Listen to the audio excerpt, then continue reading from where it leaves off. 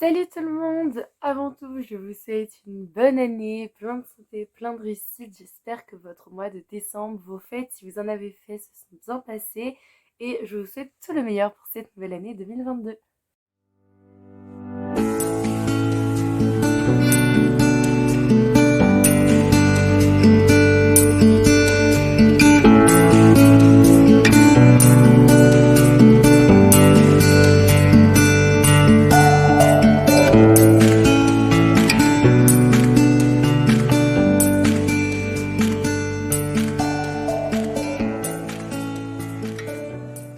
Aujourd'hui, on se retrouve pour le bilan 2021 qui ne va pas être fameux.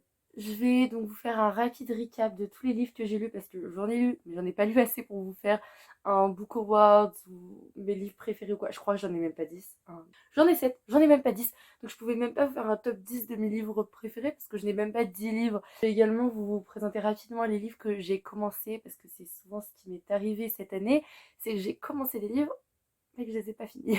Je me rendre compte que j'en ai encore oublié un, mais que je sais pas où il est. J'avoue que c'est un petit peu dans le désordre, c'est pas par genre, c'est même pas par langue, c'est pas par chronologie, ça n'a un petit peu aucun sens, c'est un petit peu très fouillis. Je vous fais juste un vite fait récap de mes goals, etc. que je me fixe pour 2022. Je me suis fixé 25 livres, sachant que là, encore une fois, j'en ai même pas 10. Hein. Mais parce que j'aimerais vraiment essayer de me remettre à lire. Ça commence à revenir parce que j'étais en grosse panne. Donc ça commence à revenir doucement. Et je me dis que cet été, je vais sûrement avoir peut-être plus l'occasion de lire. J'espère en tout cas. Vacances de février qui vont être assez chargées pourtant. Enfin bref, je vais quand même essayer de lire un petit peu plus, au moins un livre par mois, s'il vous plaît. Même plus, parce que sinon ça me fera 12 livres, je n'aurai pas atteint mon quota. Donc il me faut plus d'un livre par mois. Mais bon bref, 2 livres par mois, à peu près. Je suis actuellement dans le tome 2 des Chevaliers d'Émeraude de Anne Robillard et dans Le Rivage des Survivants de James Dashner, le nouveau tome du Labyrinthe qui est sorti en septembre. Je pense que je vais les continuer un petit peu ce soir. Et puis demain, c'est la rentrée. Tout d'abord, j'ai relu le tome 1 des Chevaliers d'Émeraude de Anne Robillard. Ça faisait très longtemps que je voulais me relancer dans la saga.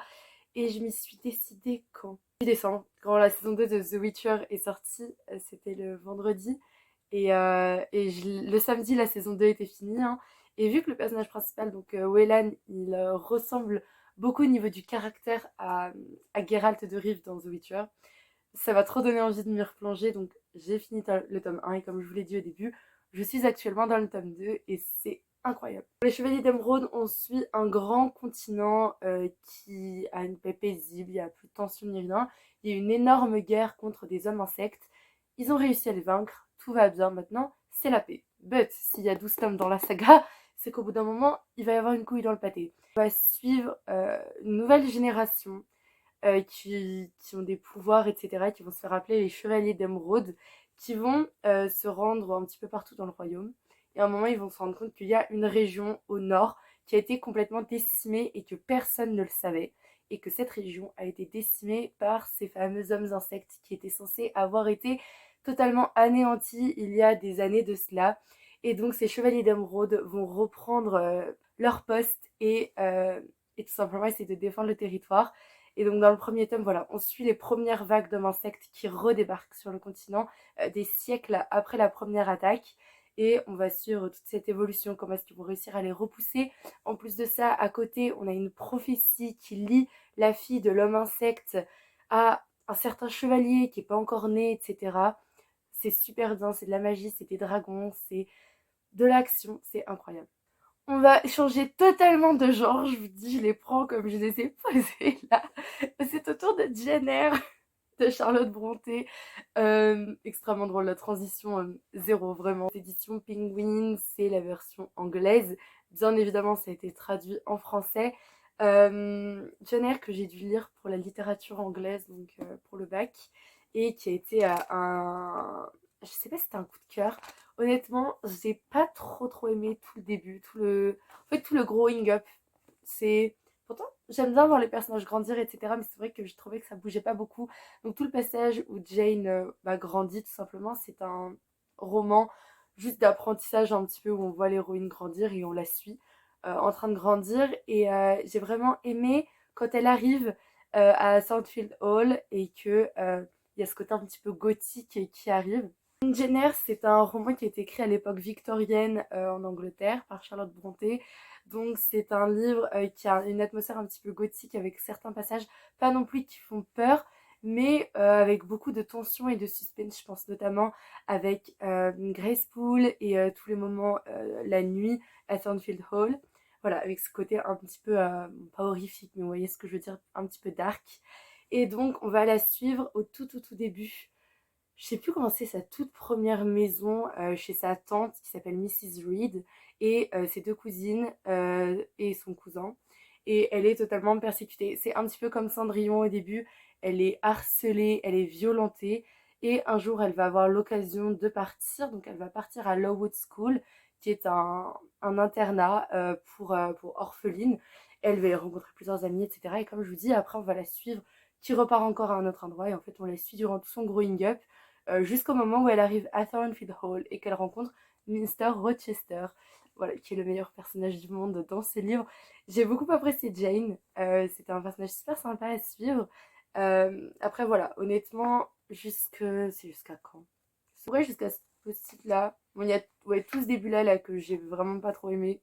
Et tout le côté où c'était très gothique, j'ai adoré. Franchement, pour un classique, ça a été une très belle découverte. On parle déjà de ma meilleure lecture de l'année. Alors, c'est peut-être pas ma meilleure. C'est pas ma meilleure, hein. C'est ma deuxième meilleure lecture. On en parle déjà. The Cruel Prince by Holly Black. Euh, voilà, c'est le tome 1.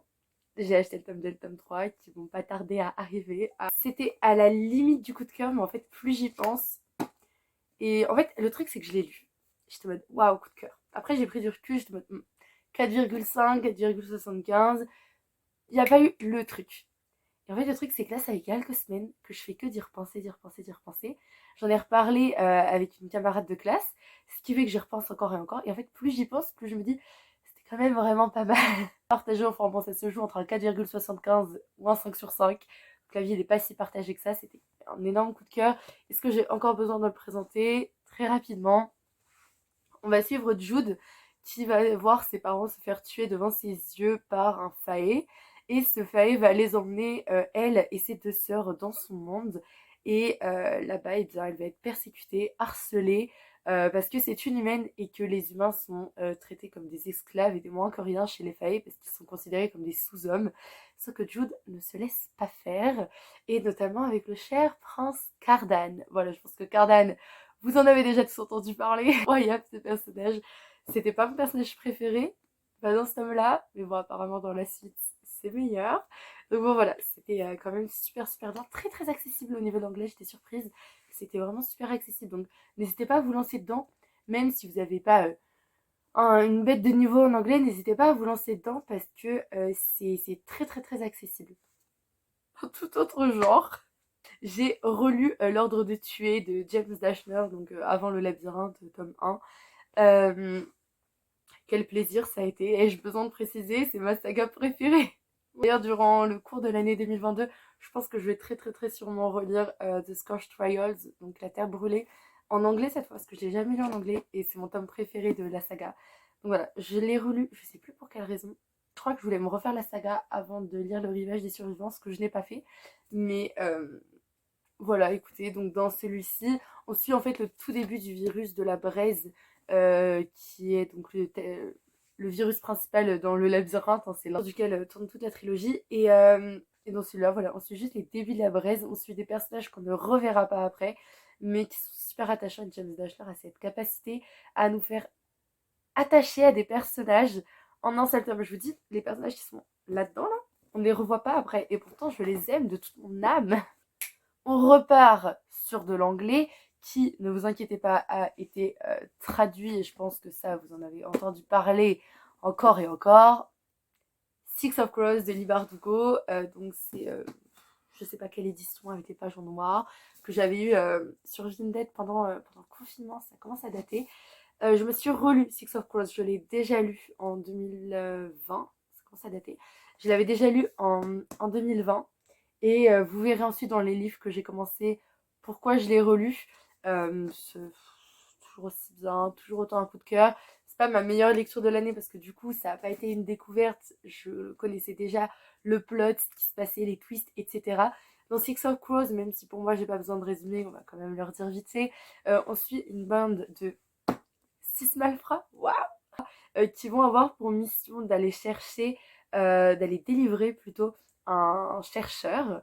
Et ce chercheur, en fait, il a créé une drogue qui permet d'augmenter le pouvoir des Grishas. Donc les Grishas, ce sont les sorciers, sorcières, magiciens, magiciennes du monde de Six of Crows. Et en fait, quand ils prennent cette drogue, ça augmente considérablement leur pouvoir. Et ils doivent aller délivrer ce chercheur qui est entre de très très très mauvaises mains.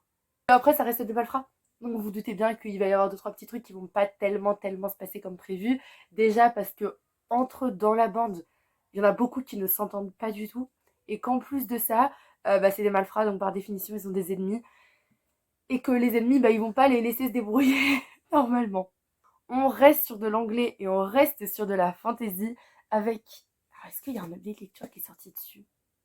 Honnêtement, j'ai pas vérifié, je ne sais plus du tout.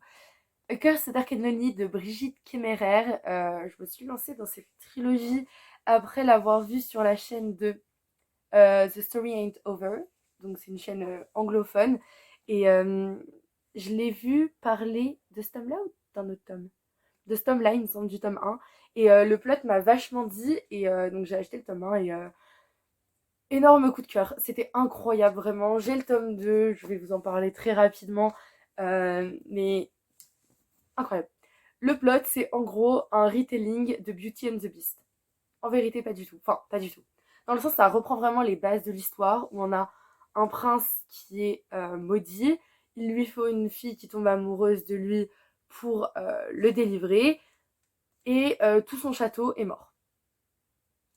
Globalement, ça ressemble énormément à Beauty and the Beast, effectivement. Mais à part ça, c'est vraiment très très différent. C'est-à-dire que déjà, c'est dans un autre monde. Alors que par exemple, Belle, dans La Belle et la Bête, eh bien, elle ne traverse pas un portail magique ou quoi pour atterrir dans le monde de la bête. C'est juste un petit peu plus loin dans la forêt. Là, pas du tout. On va suivre Harper qui va se faire enlever d'un seul coup et partir dans un autre monde où elle va rencontrer Ren. Et Ren qui est donc ce prince maudit. Bon, déjà, elle est inhumaine et elle atterrit dans un monde de magie. Comment vous dire qu'elle ne comprend pas tout. Et donc, après, on va suivre le point de vue de Harper et de Ren, donc, qui divergent énormément.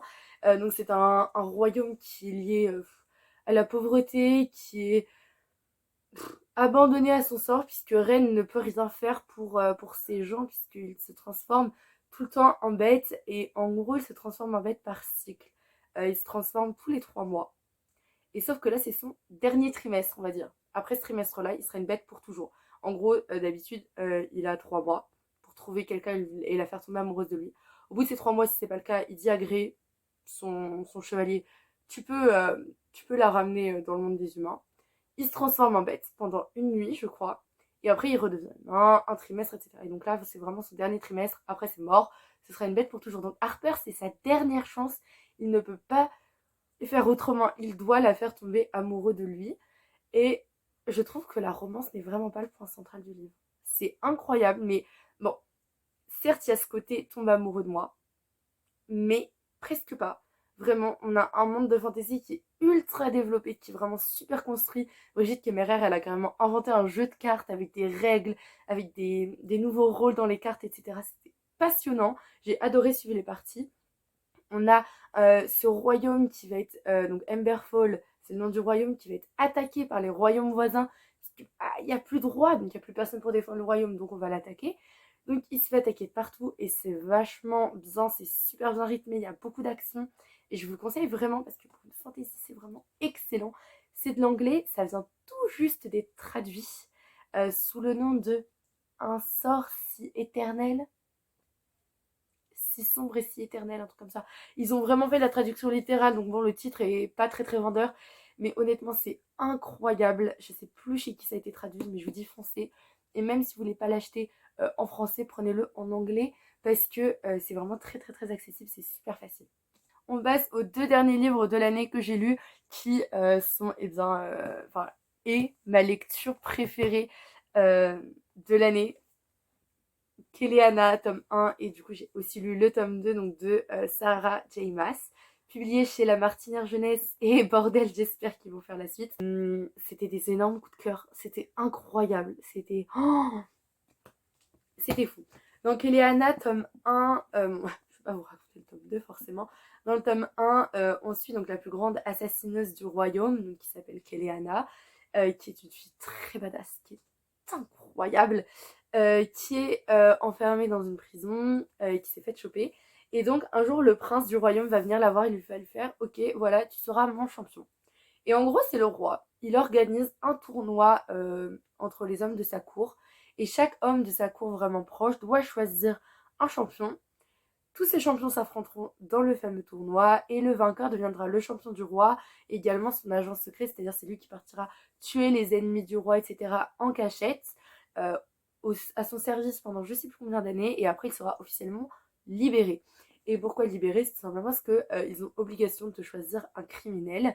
Et donc le prince va directement s'adresser à l'assassineuse la plus connue, la plus redoutée de tout le royaume, Keleana. On va suivre tout le tournoi, sachant qu'à côté du tournoi, il y a une petite intrigue aussi, parce qu'il y a un coco qui s'amuse à tuer tout le monde, et Keleana, toutes les nuits, elle sent que c'est la prochaine, donc elle doit se défendre, et surtout elle doit essayer de trouver qui c'est, parce que bon, elle sent vraiment que ça va finir par lui tomber sur le bout du nez, et c'est incroyable, et c'est de la fantaisie, donc il y a vraiment un petit soupçon de magie, et c'est super bien.